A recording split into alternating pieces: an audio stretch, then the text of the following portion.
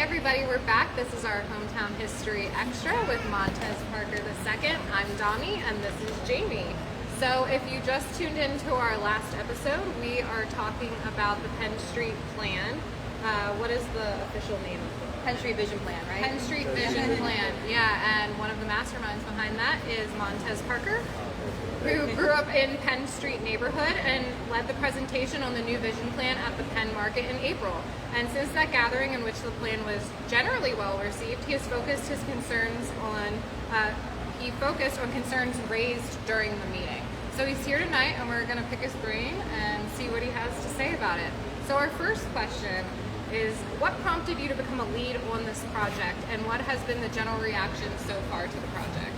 It's a great question. So, 2017, I got out of the Air Force. I grew up right here on the West King Street, 500 block of West King Street. My dad just walked up and he's at the market. So, got out 2017, became an Elm Street manager in Salem Square, and then I learned a lot about investment, economic development. I learned about, the millions, close to $1 billion that was invested in York County in a close amount of time. I was like, man, that really missed our neighborhood. So I was really convicted to equitable investment. I have promises with family and friends, individuals I grew up with, and I said, hey, we're going to get a piece of the pie, not just a piece, but things are going to be fair. We're going to change some stuff, and that really just ushered me right into the development that was already happening. And Penn Street was a major part of that. I think you said two things that are interesting. Montez said the development is already happening, and I think coming into like the 2020s coming in, we're building on the shoulders of giants that came before us, but we're still building. And so it's not like we're coming in and saying brand new plans, scrap everything. You've really taken a lot of time to interview people and do your research and make sure that you're expanding on what has already been put in place, right? That's a good one, yes. So when I first got out of the military in 2017, I thought I knew everything, right? I thought I was going to I got out. Don't we all? Oh, tell me about it. I got out November 28th, 2017. I'm pretty certain I was going to be a millionaire by December 1st, right? So that didn't work out. But, I looked at, the way that some of the buildings were on Newberry Street or downtown. I said, that's because they take care of their property. And I spoke that before I really knew the history or I knew how things were. So when I really took a deep dive into the history, and Mr. Jeff Kirkland schooled me, he said, you need to look up some things. And I learned about that disinvestment. I said, okay, let me take 1,000 steps back. Let me respect everyone, and let me look at the history to see what really happened and move this thing forward the right way. You said that you got into financial literacy. For anybody who's watching or is in the audience that might be a young adult, did you have any book or author or an investor that you feel really helped you understand it? That's a good question. So I have tons of books, but where I got a chunk of my knowledge, growing up, my dad worked at the water company, right? So I watched him manage a household. I watched my mom manage a household. Then when I went to the military, my first chief master sergeant, that's highest enlisted you could get, he was black, right? And they always said he was the richest person on base in Japan. And he was retired. His name is John Gamage. I still talk to him all the time today. And he said, before I retire, you can come talk to me if you want to.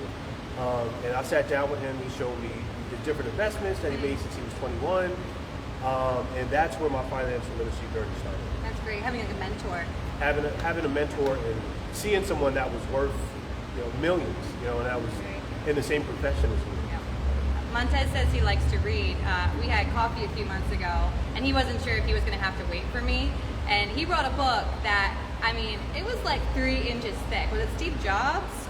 It was Steve Jobs. How late did you think she was going to be? Wow. I was like, that is a lot of reading. Yeah, that's I try to keep a book with me everywhere I go, so I don't waste time. Sometimes I'll get there and I'm on my phone instead of reading the book. So yeah. I'm working on some things. Okay. As a librarian, I love that. Yeah, though, I'm on my phone, but I'm learning Spanish. I'm doing Duolingo, so I'm on my phone. It looks like I'm on social media. Sometimes I am, but I'm also, though, learning another language. And you can read books on your phone, too. That's true, yeah.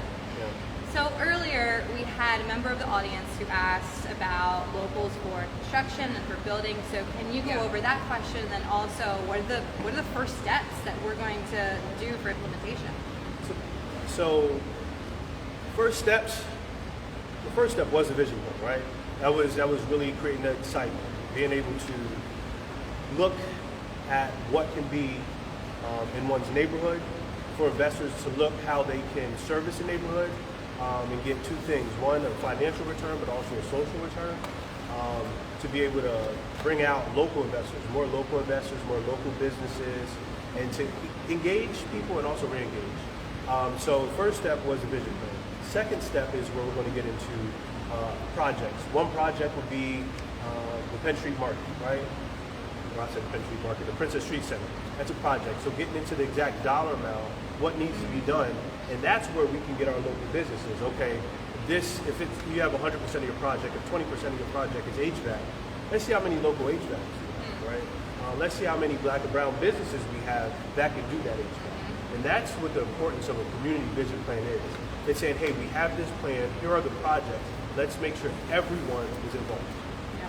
Well, and that's why Dami and I felt like coordinator was the best word for this. It was just more about connecting people within the resources to get that stuff done, which I think is great. Yes, totally agree. So one of the questions that we had for you was that, so I, born and raised in Yo, really close to Red Lion, and then I moved to the very far place of Seven Valleys, and then the very far place of Newburytown. So it was always in New York. And what we're finding is a lot of people who Dami and I went to high school with, I say Dami, she's like 7 years younger than me, but what, young thing over here. You're not even 30 yet, right? 29. Yeah, almost 30. We're finding that brain drain is a real issue. That people can't wait to get out of York. They count down the days to graduation, or to go to college, or to get a job. But you came back. So what would you say to students or young adults who are watching this who would say, I can't wait to get out of York? I think spending time outside of York is a good thing, right? I think spending time outside of York is a good thing. Of course, everyone's not going to stay, right? And some people are going to leave, as I did. I spent 3 years in Japan, a year in the Middle East, 2 years in South Carolina, and then I came back, right? So I got an experience before I came back. But seeing what the world has to offer and bringing back some uniqueness to York is a good thing. That's one. Two, I had a good conversation with Lisa Bass. She grew up in Boston, Massachusetts, I believe. I don't know if she grew up there, but she spent a great deal of her life there. So she came back to York, and she said, the difference between Boston and New York is I can be a part of a major project right here. Yeah. So if you have someone in their 20s or 30s or 40s, and they're in New York, it's going to be very hard for them to spearhead their first economic development project on First Street. Whereas when you come to York, if you have the courage and you have diplomacy and some technical skills, you can spearhead projects. Yeah, I totally agree and see exactly what you're saying. Yep. So a tough question, okay? Concern is that this is going to gentrify the area. Yes. And rents are going to increase because of this, and people might not be able to afford it. How would you respond? Rents are increasing. That's happening across the United States, right? So in certain affordable housing into plans, it's very important, right? Not 100% affordable housing, but ensuring that there's affordable housing so people aren't priced out. That's one. Two, in the plan you'll see access for all, and that's advocating for individuals that have lived on Penn Street, whether that own homeowners, on Penn Street. Doesn't matter if it's 5 years or 50. What resources can we get to them so that they can keep their homes, right? And now we're talking about wealth preservation. So those two things will stop individuals from being priced out. And the third one is people that live on Penn Street to get involved, right? That's why we're having these dialogues, to get individuals involved so they know what's happening and where they can invest or where they can buy a property before they open their eyes and someone invested and just double rents. I don't think that's going to happen here because we have the community in the room. We have them part of the conversation. So I think the development has happened at a good speed. Good. Yeah, that's great. What do you have to say to the people that think the improvements aren't going to happen? That's a thing, right? That's a thing. When you look at York, you see development in spots, right? You have to understand and respect that some people have a bad taste in their mouth when it comes to development, right? Especially in areas where you haven't had a very focused investment, right? So to them, I'd say, I started this 3 years ago. Since then, we have, the YCDC on board. We have Frank Dictator on board. The mayor's really involved with this. We have major institutions. We have a plan. So we are moving forward, right? So a year ago, they would have said, there's going to be no plan. We have a plan. Then they would have said there's going to be no synergy. Well, we have support from downtown Inc., right? We have support from the YCEA. I mean, you had a beautiful video from the YCEA with the Cador's Creek project. Yeah. So we have movement. And I would just say, hey, just stick in there, stay along, and when we get to the next step, you say we won't do the next step. Right. You're showing them with your actions. There we go. Yeah. There we go. And there is something special about being live now in York. I mean, just in the past 5 years, we didn't go downtown a lot as a kid. And now, Luke and I have started swimming classes for our almost 4-month-old son down at the Y. And I'm glad that he's going to have a positive experience of going into the city, because we have this city-county divide that we really need to work on, like getting people to come down here and just see that we're all one part of the giant neighborhood. So that's it. And right there is Penn Street, right? So right now we're in the heart of the city. But if you go 4 blocks, I guess that would be east, but if you go 4 blocks towards the college, you hit Spring Garden. So we're right at that city-county divide. We're right there. And in that area, we have a mass meeting place of parks. We have the York Knowledge Park, Martin Luther King Park. We have the Cador's Creek project. So you have a natural connection right there. So I think the more that we allow the community to help us build the community that they would like to see, it'll just be natural diversity. yeah. And you seem to highlight parks. Why do you think you like parks? Parks are good for a number of reasons. One, we understand that we have a health epidemic, right? They're saying, I can't spit out the exact stat, but a large number of kids will be either obese or have diabetes, right? So that's one. 2, we have our walkability. 3, it's a mass meeting place, okay? So if you were to look back at York in its heyday, whether it was early 20s or the 50s, you would have a person from York, and then you have another person. If you had a marriage, you say, well, how did you come to York? I came to York because of this person, right? Yeah. So the parks are where people can meet, and that's where you can have those tourists say, hey, I came to York once, I want to come again. And the third time, they're like, well, let's look for a place to live. Wow. That was a good answer. He's on his I game know, today. yeah. And that makes me really think about parks in a different way. That's great. Newburytown needs a park now. Oh, wait, do we have one in Newburytown? Goldsboro has a park. I didn't say Goldsboro. I know, I'm saying it. Lewisberry has their park and common ground. We need one in We need Newburytown. one. So at this point then, we are hoping that members in the audience would have some questions, because we don't want this just to be with us. So yeah. Oh, we got one right away. Sounds like it's a good plan and all, but is there going to be any kind of eminent domain use in your plan by any chance? I'm going to repeat the question. Sorry, we're going to repeat the questions for you online. So this gentleman says it sounds like a good plan. Are there any eminent domain issues, concerns in the plan? Okay. And I'm going to look this way. I'm talking to you. I just want to make sure I'm talking to the audience too. So if you read why we started this project, first, one of the things that we highlight is eminent domain that happened in the early 1900s. And it was unfair eminent domain. A lot of Black and brown families lost their homes, right? They were repurposed. That's one thing that we ensure that we focus on to ensure that we don't repeat it here. So right now we don't have any eminent domain. The mayor's not talking about doing any eminent domain. The main thing we're talking about is ensuring that homeowners receive resources and the blighted properties that are on and around Penn Street.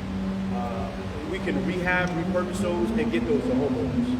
And whether it's the mayor or Aaron Anderson, who is the president of the RDA, they're really focused on creating home ownership programs and putting people into homes, not tearing them down.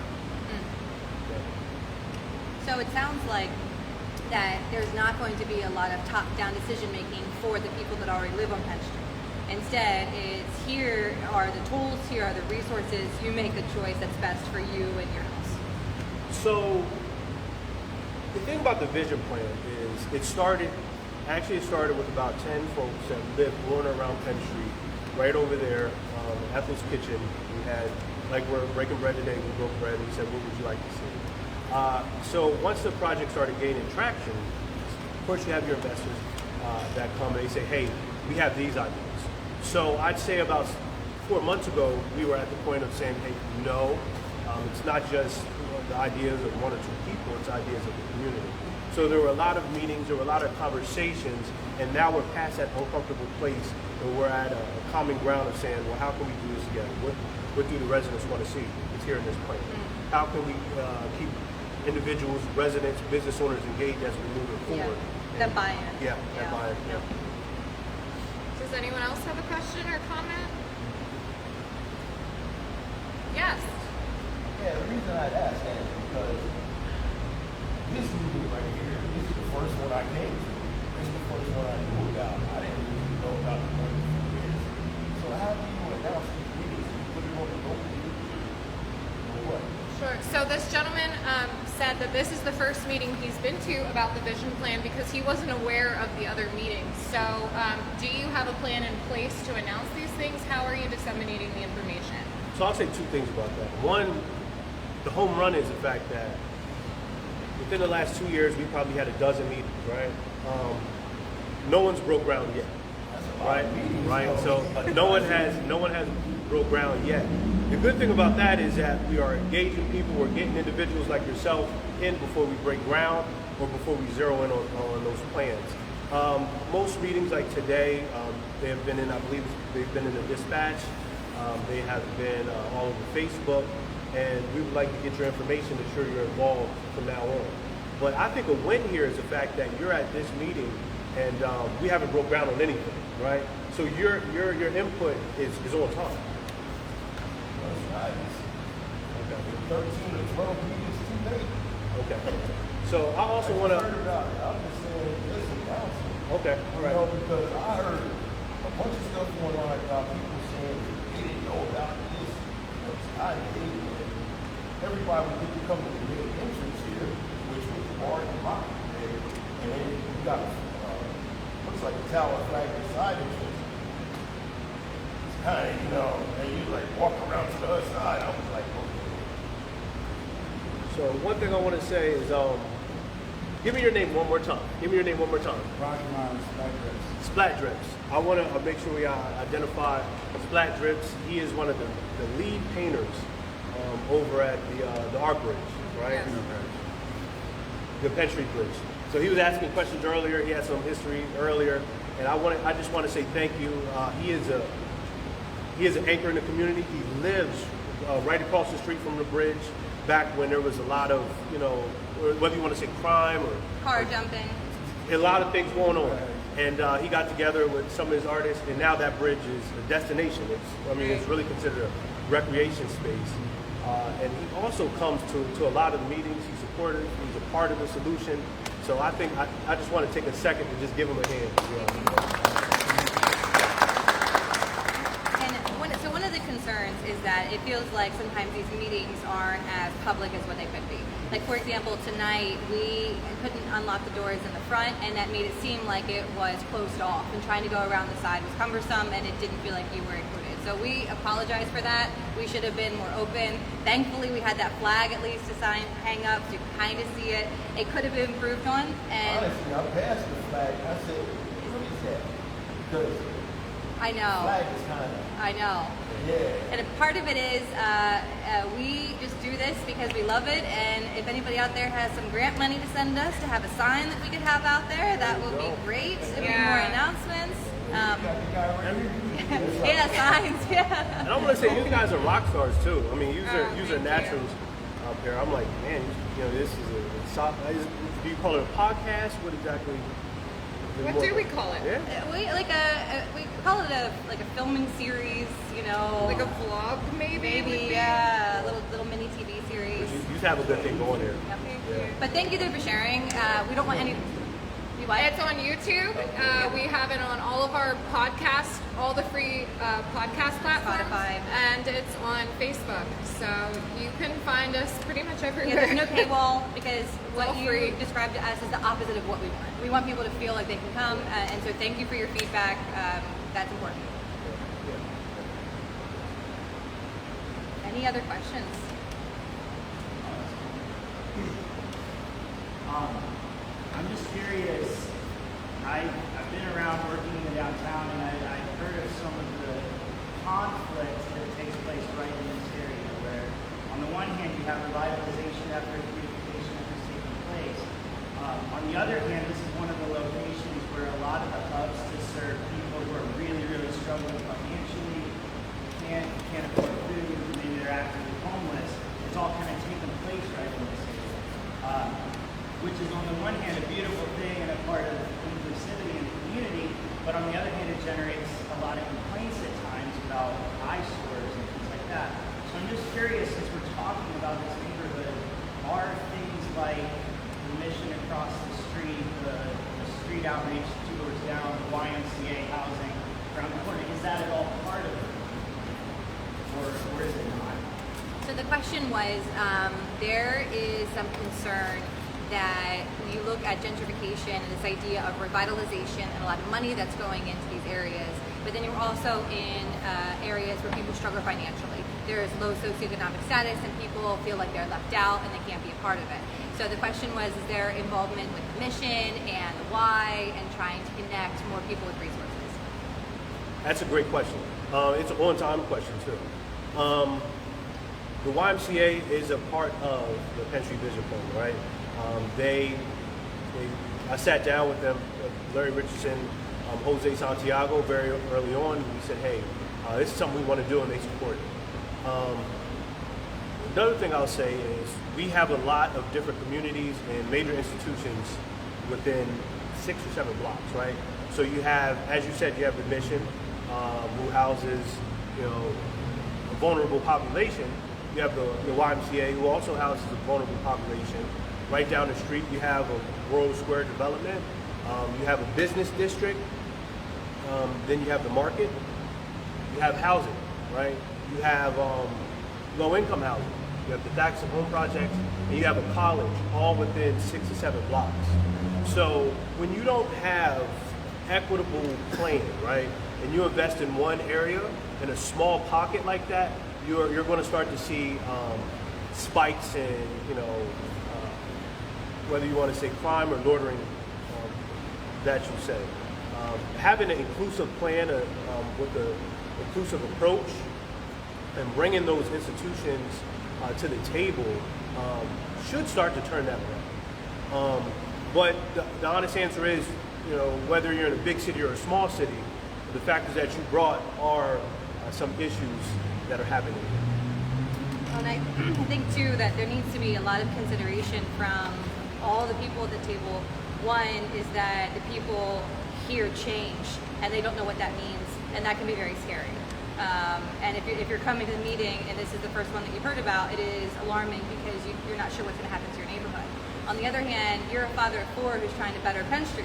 Yes. And so you need to remember that you're trying to represent positive change, and I think the more that we can meet at the table and talk about just different perspectives is where we're going to see positive ground. So I agree. Another thing is, when you're in a small city, you think you'll have small problems, right? Sometimes you're in a small city, you have big problems.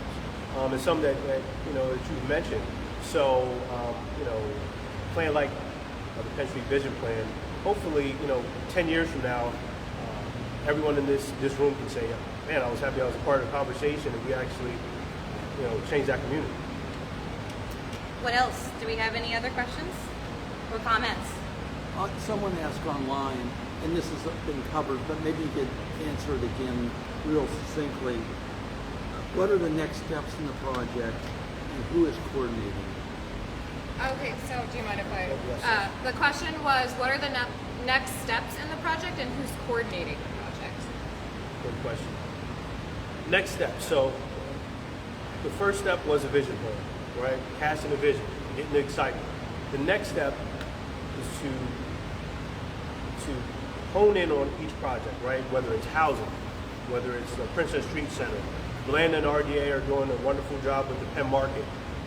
And getting what needs to be done, right? Get into the dollar amount that needs to be done. Get into the funding strategy. Then going back to the community and saying, hey, is this what you envision before we break ground on that project? So next steps are zeroing in on the project. Two, who is the leader? That's a question that comes up a lot. Who is leading the Penn Street Vision Plan, right? Large projects like this, it's more of a melting pot. So it's who's leading certain projects, right? There's a housing development, maybe it's 4 squares, maybe 300, maybe the facades on the 300 and 400 block of South Penn are done by 4 squares. And the Princess Street Center is done with a majority of black and brown participation, black and brown businesses that grew up in the city. And Penn Market is done by the RDA and the general contractor. So I think identifying a leader may slow down the progression. The more important thing is identifying the project and understanding who is overseeing the project and what their intentions are. If someone had a question, could they reach out to you? And if so, where can they find your contact information? So I am on Facebook. It's just Montez Parker II. Of course, I'm the second. I'm the, well, I can't say I'm the most handsome. There's a third. So you can reach out on Facebook at Montez Parker II. You can also contact me via email at M as in Mike Parker, Parker. So that's M Parker at goldencommunities.org. And if I don't have the answer, I can sure connect you to someone that does. Is the vision plan available online for people to read or print out, or could they get a print copy somewhere?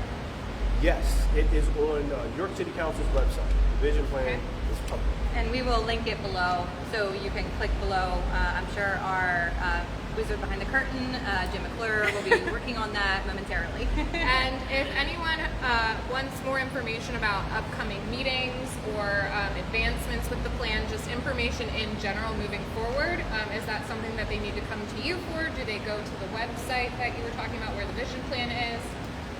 We are actually going to create a Facebook page exclusively for Penn Street. Okay.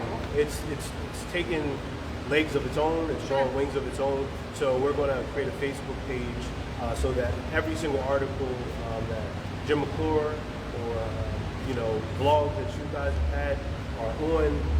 It's all in one place. All in one place. Okay. That sounds great. People know where to go. There you go. Great. All right. Well, thank you, Montez. Thank for you joining so us. much.